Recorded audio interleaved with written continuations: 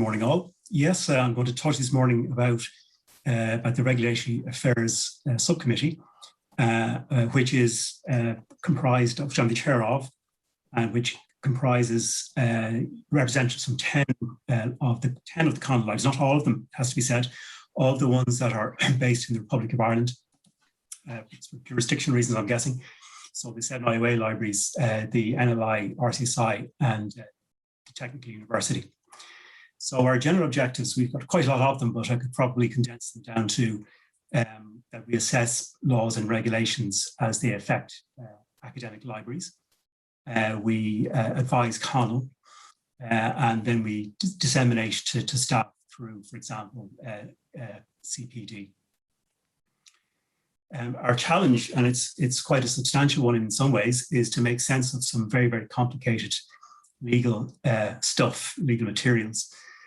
So there's a lot out there, not all of it necessarily super relevant to libraries, but some of which is, but some of which is also very, very technical. So we do kind of have to actually kind of dive in and rummage around a lot of sections and revisions, that kind of thing.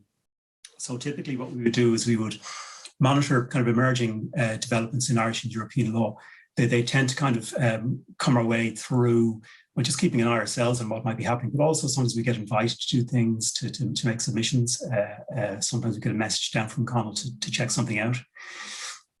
We will make formal submissions, again, usually by invitation on draft legislation. And that is a little bit like the bus comes, a few of them come together. So we might have a lot of requests to make submissions and then we get nothing for quite some time. We produce briefings, more of which anon, and again, advising and dissemination.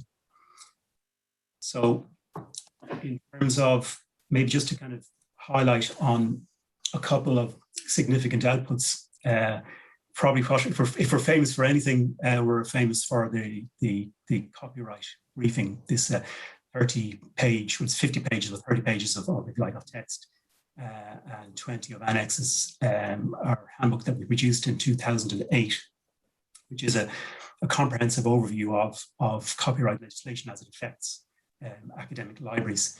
Now, that was a very, very, very undertaking back in the day before my time, huge piece of work.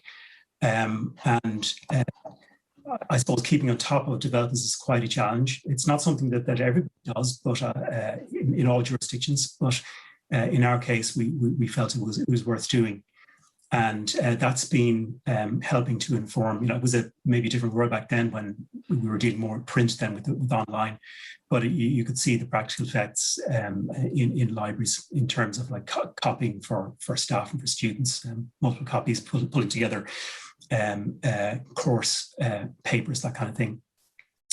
So that was 12 years ago. And since then, we've been producing a number of, I've just highlighted a couple of submissions that we've done, one on legal deposit in 2016, and one on the Marrakesh Treaty, which deals with adapting materials for impaired users. So what, if you want to kind of check any of those out, you can actually see them on the old and the new website. The texts are up there. So just if you like, our current focus, what we're dealing with now is our, again, we're doing an updated version of the Copyright Reference Handbook, version 2. And like since 2008, there have been a lot of changes, and I've listed quite a few of them there. There's you know, and again, a lot of this will probably be kind of double Dutch to people because, for instance, orphan out of commerce works. Orphan works would be materials that you're finding it difficult or impossible to find the author of a document. It might not be even mentioned, but you want to do something with it. For instance, you want to digitize it. But you're wondering what you can do there, and legislation has been brought in specifically to deal with that issue. Okay, legislation, it's been interpreted in many ways as being successful and unsuccessful because there's a lot of bureaucracy around what you have to do to establish something as an orphan work. Reproduction for impaired users, again, that's so you can take a format that can't be used by somebody who has a particular type of impairment and convert it into a format that can be used. And again, legislation has been brought in there to enable people to do their own personal research. It has been more recent legislation. This is one of the things that's been kind of delaying us in our doing our updated handbook. The 2019 directive, which has been more or less implemented into Irish law, but deals with matters like cross-border teaching and learning, which is to a large extent digital, what you can do online in teaching. Digital preservation of cultural heritage. I mean, the world has changed utterly since 2008 in so many respects, but obviously in terms of digitizing collections, special collections, archives, but even more recent materials as well. Again, the old grey literature type of thing, things that are maybe hard to find, things that are out of commerce. So a lot of activity covered by that particular piece of legislation. And then another one, another aspect, text and data mining, maybe not necessarily a core library activity, but one that relates to resources that we manage. And then finally, the final matter that we've been considering that we've had to, if you like, to update properly is the licensing arrangement for higher education libraries, education establishments, higher education libraries. And the ministerial regulations for that were just passed last year. So we've had to kind of consider those in the committee and, edit our handbook accordingly. So future directions, well, what are we going to do in the future? Do we need to change anything in particular? Like we certainly have enough to be doing to keep on top of what we do. But, I think it does help to give some thought as to, are there ways we can, can we reappraise the way we do things? Can we market ourselves in a different way? Can we take slightly different approaches?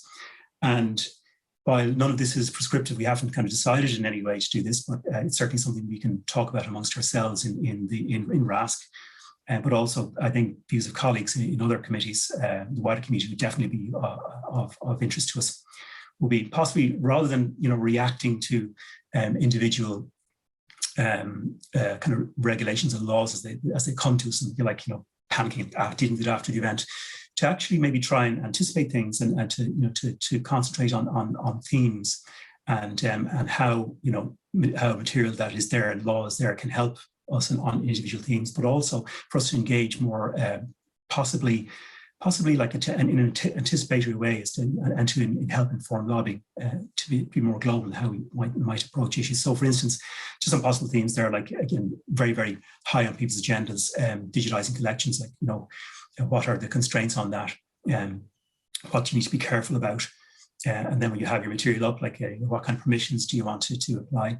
A lot of this has been addressed already in many institutions, but maybe we need to kind of raise all boats to similar locations. Understanding problem resources, like I've just mentioned, you've got a lot of material, you don't know who, you want to digitize something, you don't know who produced it, you don't know who to go to get permissions for things like for materials that are less than 70 years. There's certainly there's due diligence to be done there. When you're producing exhibitions, in the older kind of world, possibly it was simpler when you were inviting people to a location, things were controlled. You didn't have things like mobile phones for taking copies of things and disseminating information. Easier to manage, but now we're talking about either hybrid exhibitions or purely online exhibitions. So there are lots of kind of copyright considerations there, for example. And what are your duties in relation to people whose material you're putting up in exhibitions? Good practice in terms of using licensed resources as well, like the issue of hyperlinking, scanning this and that, like do you scan or do you hyperlink?